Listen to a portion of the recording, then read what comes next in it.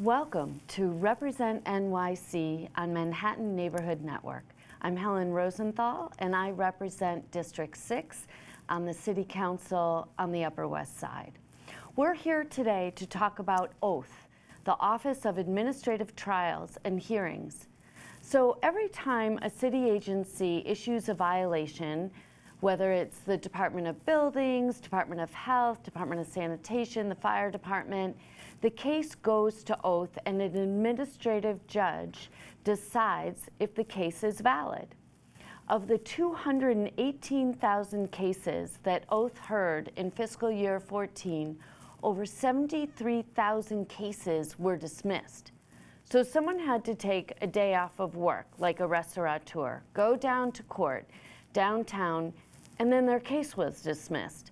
That's a waste of time for the restaurateur and a waste of their money for the small business owners and for the city.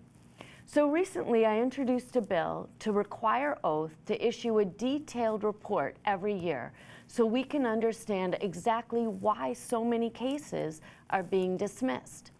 There are two areas in particular I want to focus on today. First, the issue of health code violations for restaurants and how the dismissed cases impact restaurant owners. James Versocki is here with us today. He's the counsel to the New York City Chapter of the New York State Restaurant Association, which represents about 5,000 food establishments in New York City. Thanks so much for being here, Jim. It's a pleasure. Thank you for having me. Second, the issue of building code violations. Here, landlords are issued violations for things like broken elevators or boilers that aren't working, improper construction permits from the Department of Buildings. Now they will go to OATH, but here the case becomes an issue of an owner versus a tenant who typically cannot afford attorney. So the owner, who does have an attorney, will argue their way out of the violation, or they can argue down the fine, so it's something small. But at the end of the day, the problem, like the broken elevator or boiler or not having a permit to build, never gets fixed. So Shafaq Islam, a senior staff attorney at the Urban Justice Center's Community Development Project, is here today to talk about this type of, frankly, landlord harassment. Thank you so much for being here, Shafaq. Thank you for having me. Absolutely. So I have to say I'm really excited about this bill because I hear concerns from my constituents about both these issues, from restaurateurs and from tenants. And we hear these complaints, but we don't really have a handle on why these cases are being dismissed. So what this bill does is at least gets the issues out there in a systematic way. An analytic way, so we can understand what's going on and start to go after the problem. Let's start with the restaurateurs. Sure. Can you give us an example of something you see when you're when a restaurateur has to take off a day of work? Oh, sure. And first of all, let me thank you because nobody wants to talk about OATH, like what is this OATH thing? But it really has become an important part of every restaurateur's life in New York City. Really starting with the letter grade system in 2010, there was a paradigm shift in how the city dealt with restaurants. And, most of us New Yorkers eat out, pretty much every day or grab that coffee on the way in, and we focus on the letter grade. And this bill is important because transparency is going to help us really improve public safety and get rid of nuisance fines. And I thought it'd be helpful, Helen, just to give some background. I mean, pre-letter grades, we were talking about $30 million a year citywide in fines. When letter grades hit, we went over $50 million a year in fines on restaurateurs, the vast majority of which are small businesses in the city. We've stabilized right now at about $40 million a year. But an example of what a restaurateur has to go through is if you get a notice of violation, that's part of your inspection. And if you want to contest that, you have to take off, go down to the health tribunal, which is now an OATH. Most restaurateurs cannot afford an attorney, and so they're down there appearing in front of the OATH against the Department of Health, who has an inspector there, who is trained and understands these numerous violations. and they're trying to basically fight a few $1,000s in fines. It's a day off from your business, which many people can't do. So the real concern here is, are we targeting the right types of violations? And how can this bill help do that? So that's why I think it's exciting. Well, so can you give me an example of why a case might be dismissed? Sure. I think sometimes it's, think of your parking ticket, right? We all get them in the city sometimes. If the traffic person or the inspector writes down the wrong code citation, if they don't have the proper substantiation for the violation, the hearing officer is going to look at it and throw it out. Now, if there's a technical violation and it's thrown out, it shouldn't have been brought in the first place. Right. And that's really what I think the exciting part about this bill can be, is that we're really going to use data and analytics to see what's being thrown out. And if it's being thrown out consistently, should the city be issuing the violation in the first place? Right? And that's really where I think the council's oversight in this area can be really helpful. What proportion of the, what was it, something like 90% of the cases are dismissed? Is it that high with restaurants? That could have been a different area. Yeah, there's a huge amount. Only 16% of notices of violation issued to restaurants are completely sustained. So your numbers are almost right. Wow. We're talking about 84% of notices of violations are modified in some way. So that's either a partial dismissal of some of those violations or an outright dismissal of all of the charges set forth in the violation. Oh, wow. So that could be a sea change if we got rid of the technical violations where an inspector just made a mistake. Absolutely.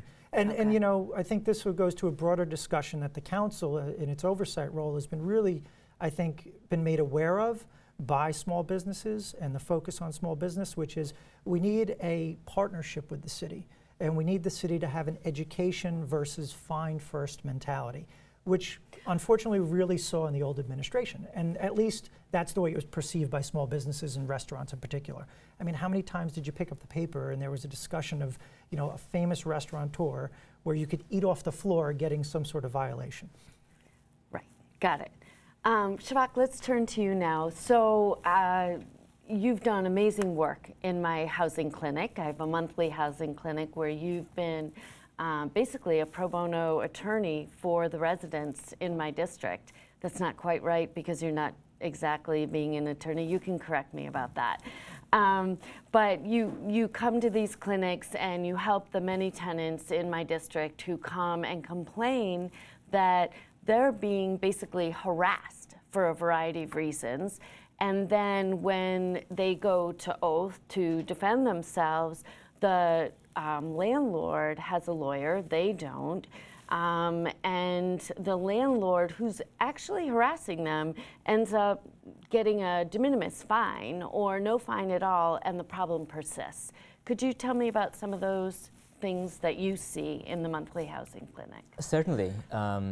At the monthly housing clinic that you sponsor in the Upper West Side, we see a lot of residents of the Upper West Side, many of whom are low income, many of whom otherwise don't have the resources to assert their rights that they are guaranteed under the housing laws of New York City. It's not just in the clinic that we see folks who have these kind of problems. We work with, my office, we represent a lot of tenants all over New York City. We work with grassroots organizations that organize low-income tenants.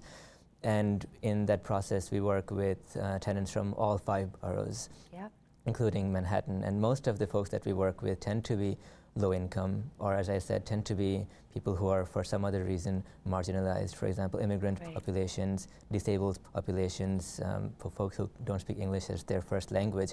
And one very common problem that we see across the board is problems with housing conditions. Either apartment-specific housing conditions or building-wide housing conditions. And the reason I'm so happy to see that you are sponsoring this bill is I believe this is the first of hopefully many important steps towards increasing transparency in a system that currently lacks transparency, as a result of which tenants don't have access to information about what happens to conditions that are being placed on their residences, on their homes, on the buildings in which they live, which affect or may affect their health and safety in very significant or severe ways. What the bill calls for is for publishing a report that will make public information that at the moment is not made public. And I believe that it will go a long way in helping tenants understand the system better and to know how to get conditions resolved that otherwise might persist for months, years. Yeah. So wait a minute, hang on. Tenants don't know the outcome of their own case? Very often. The cases I'm speaking about are cases where the Department of Buildings goes into a building and finds something that's wrong with the building. As you mentioned before, it might be a broken elevator, might be a broken boiler, might be the landlord doing construction or renovation within a building without the proper permits. Could be a host of reasons. Right. But the buildings department has authority to place violations on the landlord based on these problems that they see when they go into the buildings. What happens after a violation is placed is unfortunately something that is almost strictly between the landlord and the city, the buildings department and oath. In this case, the Environmental Control Board, which is one of several parts of oath. The Environmental Control Board has jurisdiction to hear quite a lot of different categories of violations that are placed by the buildings department. What happens is the buildings department places the violation on the landlord, who then has to report to oath, to the Environmental Control Board part of oath, and resolve the matter in a way that the tenants have at the moment have no ability to participate in. Does the tenant even know that the landlord is going to ECB that day? They might not even know when the case is being heard. In most cases, they don't know. Only tenants who know the process very well know that if they check the buildings department website and they check the information, the records that the buildings department maintains on their building, they can access a list of the violations that have been placed and the date on which those violations are due to be heard. Oh, okay. But this applies to only a very small portion of tenants who I have found.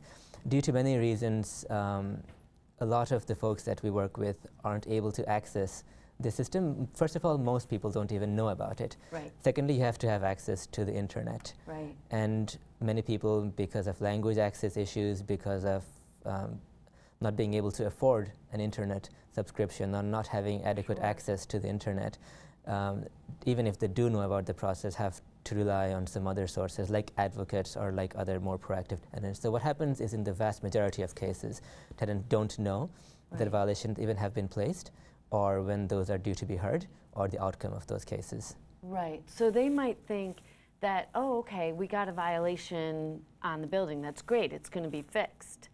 And they're just waiting for it to be fixed. Precisely. The most that we often can advise tenants is to call 311 and report any problems that they see. But once they do that, they often don't even know an inspection has happened. So. Right. Right. So I see what you're saying. So in other words, so this bill, while it speaks to the larger picture of why our case is being dismissed, we still have a fundamental problem that tenants themselves don't know the outcome of their own situation. Absolutely. In an ideal world, tenants would have an ability to participate in the process, to produce information that might be relevant. Right. At the moment, the process depends only on information and evidence that they get from the landlord. Right. And unfortunately, while there is a very large number of very well-meaning landlords who are doing their best, there's also a large number of bad actors in the city. And I believe a process that depends on information and evidence from a landlord alone, without an opportunity for the tenants whose lives are intricately affected by these processes, they aren't given an opportunity to give their feedback or to have a part in the process, is very one-sided and unjust. Right.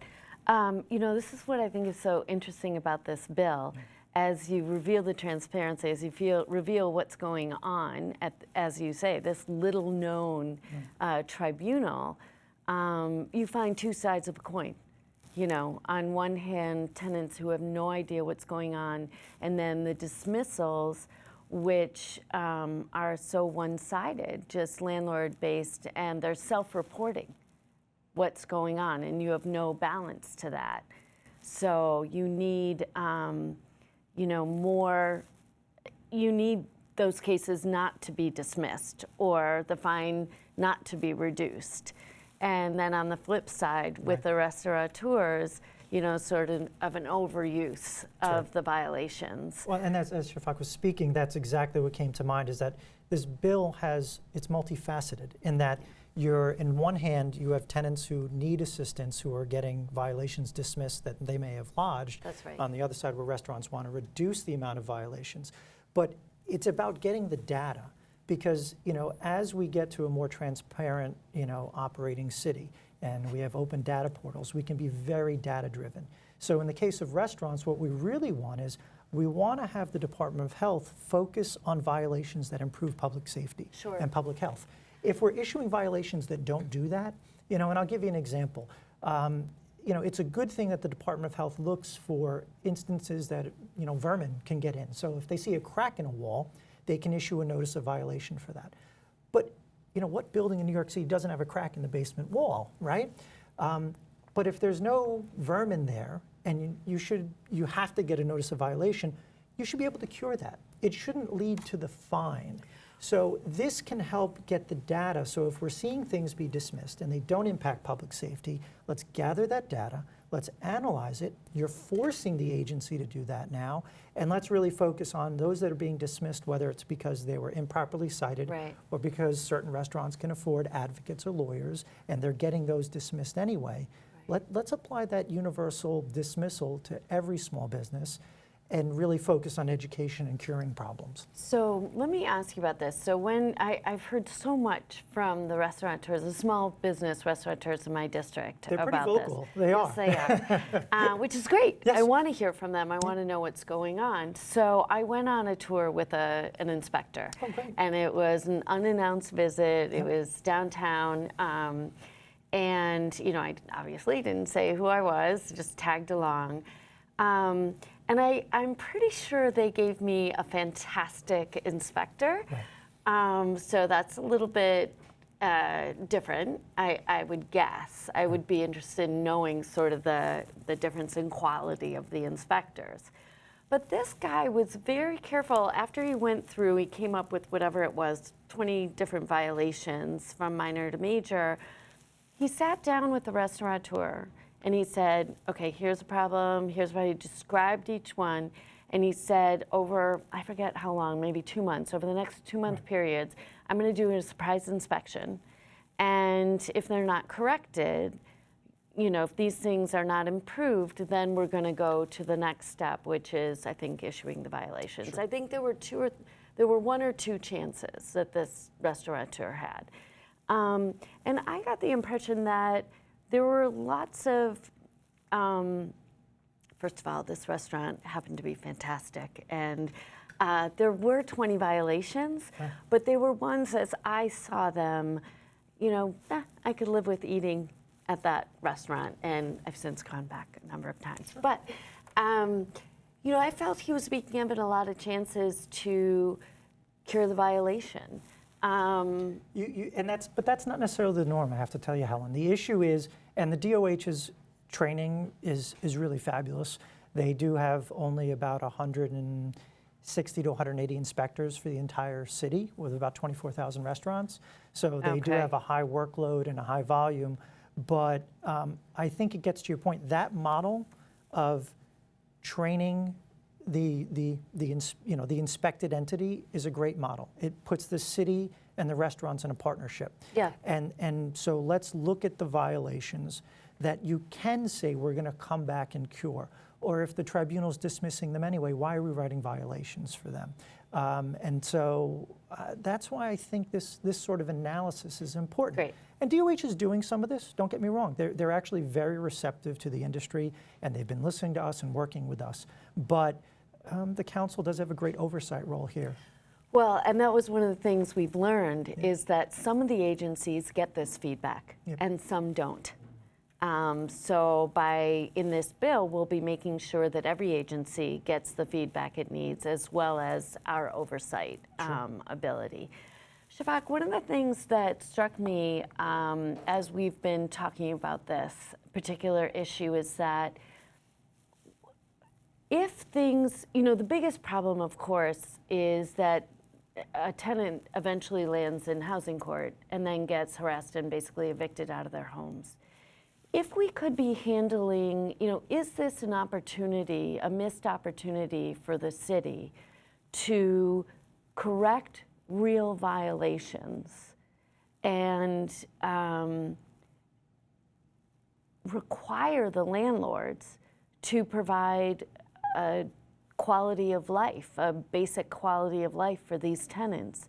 I mean, is it the scenario where, let's say a tenant comes in and says, my boiler's just not being fixed, you help them, you get word to the Department of Buildings comes out, issues a violation, but then like months go by, it never gets fixed, no one knows why, and doesn't know that the landlord possibly has gone to oath to, you know, get the violation wiped away. And then the landlord, and you might even suggest this, to the tenant, that look, you can put your payment in escrow, but don't pay. You have the right to not pay until it gets fixed. But then the landlord ramps it up and now takes the tenant to housing court for not paying their bill. Do you see any opportunity here Absolutely. to prevent the problem from Absolutely. happening? There is a lot of overlap between the different areas that you just described, between the court system and the agency system. The example that you gave is a great example of tenants having the right to withhold rent based on bad conditions or malfunctioning or just not working systems in their buildings. They can withhold a part of their rent. Right, because they have the right for heat and hot water. Absolutely. So and a broken boiler. Exactly, and it's not just for heat and hot water. Any violations of what we call the warranty of habitability, the implicit warranty that landlords are required to prove or to provide apartments and buildings that are in habitable conditions. And technically, any violation of the buildings code, of the housing maintenance code, can be a violation of or a breach of the warranty of habitability, which does entitle tenants to withhold their rent. But then, as you mentioned, what happens is they get taken to court. Instead of ideally the landlord fixing the problem and the tenant then being required to start paying their rent, landlords very often don't fix the problem. Tenants keep on withholding rent, and ultimately they're in a situation where they owe possibly a sizable amount of money. At least in the eyes of the landlord, they owe a sizable amount of money, and then they get taken to court. Unfortunately, what happens very often is when they do go to court, they get stuck in this endless cycle of going back to court, landlord making some representation, some promises, something to convince the judge or to presumably convince the judge that the problem will be resolved, but then they don't get resolved. In the meantime, violations might be getting placed and even dismissed in many cases. Tenants just don't know what's happening because as far as they're concerned, the problem persists. The judge's hands are to an extent tied because they cannot go, they could go to the building to inspect, but most judges don't have the time to do that. They rely on the agencies to do their bit and to make sure that the problems are being resolved. But would the agency be the only one who could, let's say, does the building inspector have to be there in order to defend his finding when the landlord says, no, I've fixed it, no problem. And then the building inspector now, like the restaurateur, has to take off a day of work to be at court. It's very true because it's possible for either party to subpoena the buildings department to require someone from the buildings department to appear in court and to have documentation, but very often the individuals who come might not have personal knowledge of that particular case, of that particular violation. And in many cases too, they aren't subpoenaed because once again, tenants don't know they have their right, and it's not in the landlord's best interest to produce more information rather than less. And the building department is not required to be at the tribunal? No, they're not required to be in court, you mean? No, they're not required to be in court unless a tenant affirmatively sues their landlord for getting repairs done, which is what we call an HP case, a housing part case in housing court. In those cases, if the tenant is suing based on violations of the buildings code, then they can name the buildings department as a party, and an attorney has to appear to represent the buildings department in that proceeding. Once again, most tenants don't know this and don't actually name the buildings department as a party, even though they can. Sure. As a result, the buildings department never becomes a part of the court case, and information is or remains concealed from the tenants and the judge, in fact. That could be crucial, as in what really is going on with the building, what really is going on with this violation. Absolutely. You know, Ana Gago, my housing director, who I know you work with a lot, was telling me about a case where a landlord was issued violation after violation after violation, took it to the tribunal, argued before the judge, and said, oh, you know, I'm working on getting this work done. I'm a small landlord. You know, now it's added up to $36,000 in fines. You know, I just can't pay that. And the judge will say, okay, well, are you gonna fix it? You go, oh yeah, I'm gonna fix it. Okay, then pay $5,000 right over there, and then you're off, and nothing ever gets done. Anyway, I have to wrap up, but this has been such a great discussion. I really do appreciate James, your coming here, and Shafaq for being here and sharing your insights and stories. So to the viewers, please feel free to contact my office. The information on how to contact the office is on the screen. And with any problems you might have, come to my housing court. Or with any other suggestions or questions. Again, I'm City Councilwoman Helen Rosenthal, and thank you so much for watching Represent NYC on Manhattan Neighborhood Network.